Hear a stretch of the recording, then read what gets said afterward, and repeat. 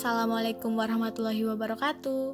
Halo teman-teman, kami kelompok 28 kuliah kerja nyata dari rumah UINSA 2021. Pada video ini akan dibahas mengenai efektivitas prokes pada masyarakat. Check it out.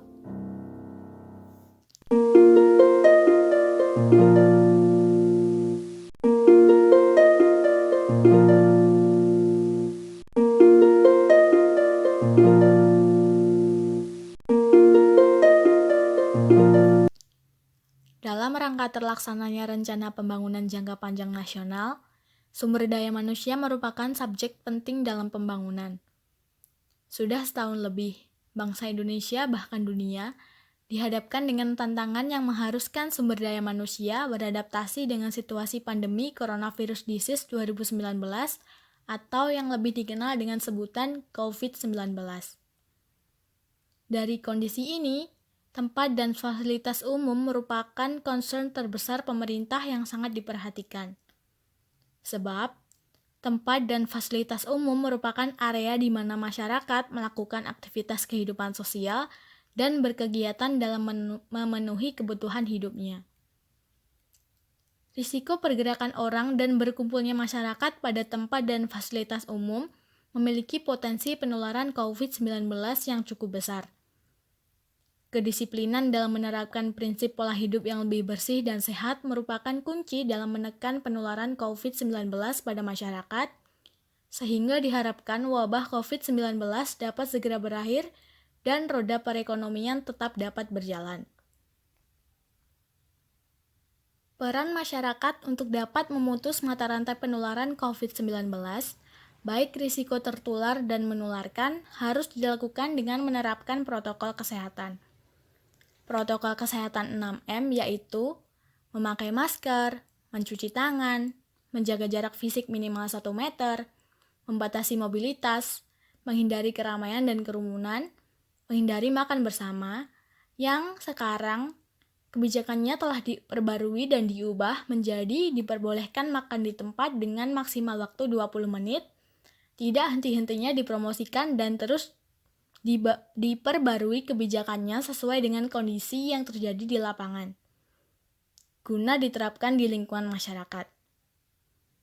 Perlindungan kesehatan masyarakat merupakan upaya yang harus dilakukan oleh semua komponen yang ada di masyarakat guna mencegah dan mengendalikan penularan COVID-19. Potensi penularan COVID-19 di tempat dan fasilitas umum disebabkan adanya pergerakan, kerumunan, atau interaksi yang dapat menimbulkan kontak fisik. Namun, dalam prakteknya, masih banyak pelanggaran ditemukan. Enggan memakai masker, menciptakan kerumunan, malas mencuci tangan merupakan kasus yang paling sering dijumpai di lingkungan masyarakat. Mereka mengesampingkan keselamatan, meskipun terlihat nyata, korban terus berjatuhan.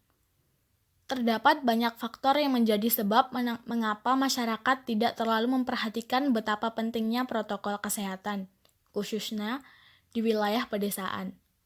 Padahal, menurut Center for Disease Control and Prevention atau CDC, memakai masker adalah hal yang penting untuk mengendalikan penyebaran virus corona.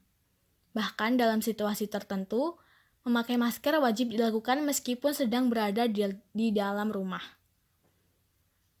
Tinjauan CDC memperjelas bahwa penggunaan masker, menjaga jarak secara fisik, menghindari keramaian, dan mencuci tangan merupakan salah satu cara untuk membantu mengendalikan penyebaran virus COVID-19 ini. Satuan Tugas Penanganan COVID-19 Nasional atau biasanya disebut Satgas Nasional menegaskan bahwa setiap kegiatan yang menciptakan kerumunan dan minim jaga jarak sudah hampir pasti dapat menimbulkan penularan virus SARS-CoV-2 penyebab COVID-19. Sehubungan dengan protokol kesehatan yang mengharuskan masyarakat agar selalu mencuci tangan, sebenarnya mencuci tangan sendiri merupakan hal yang sangat penting untuk dilakukan. Perserikatan Bangsa-Bangsa atau PBB membuat sebuah kampanye global untuk menyatakan bahwa setiap tanggal 15 Oktober adalah Hari Cuci Tangan Pakai Sabun Sedunia.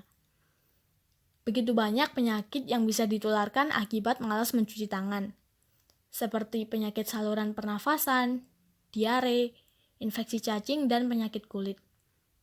Dengan hanya mencuci tangan, tingkat infeksi saluran pernafasan dapat menurun hingga 16-25%. Terlebih dalam era pandemi COVID-19 ini.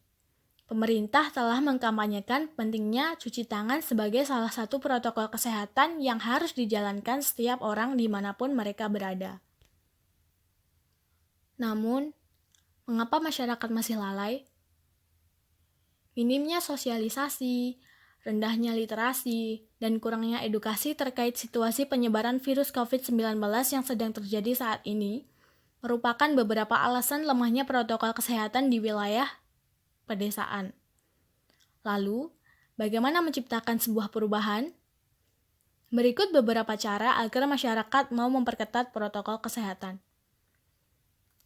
Efektivitas penerapan protokol kesehatan akan lebih optimal jika diimbangi dengan upaya sosialisasi dan edukasi. Hal itu harus dilakukan secara berkesinambungan sehingga masyarakat akan patuh dan menjadikan prokes sebagai kebiasaan baru.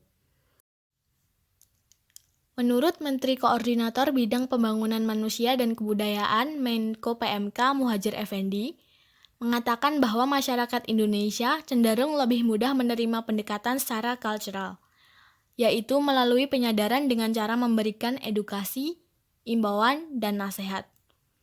Kendati demikian, menurutnya, masyarakat juga tidak bisa diberikan pendekatan penyadaran secara paksa.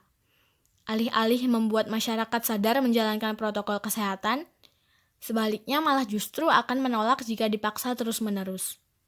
Oleh sebab itu, menurut Muhadjir Effendi, pemerintah terutama para pejabat publik dan tokoh masyarakat harus memberikan contoh yang dapat diikuti oleh khalayak.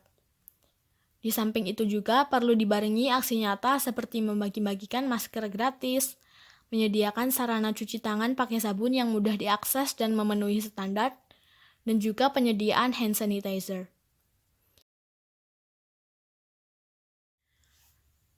Berdasarkan situasi dan kondisi saat ini, sebagai mahasiswa, kami menyadari bahwa peran kami sangat dibutuhkan. Maka dari itu, adanya video ini dimaksudkan untuk mengajak, menyampaikan informasi, memberikan edukasi dan sosialisasi kepada masyarakat luas bahwa COVID-19 ini bukanlah sesuatu yang patut disepelekan. Banyak korban telah berjatuhan. Oleh karena itu, protokol kesehatan sangat krusial untuk diterapkan demi terciptanya keselamatan dan keamanan.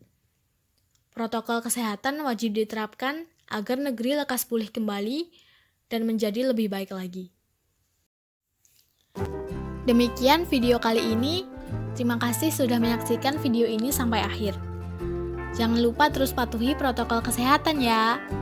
Stay healthy, stay safe, and be happy. Bye-bye.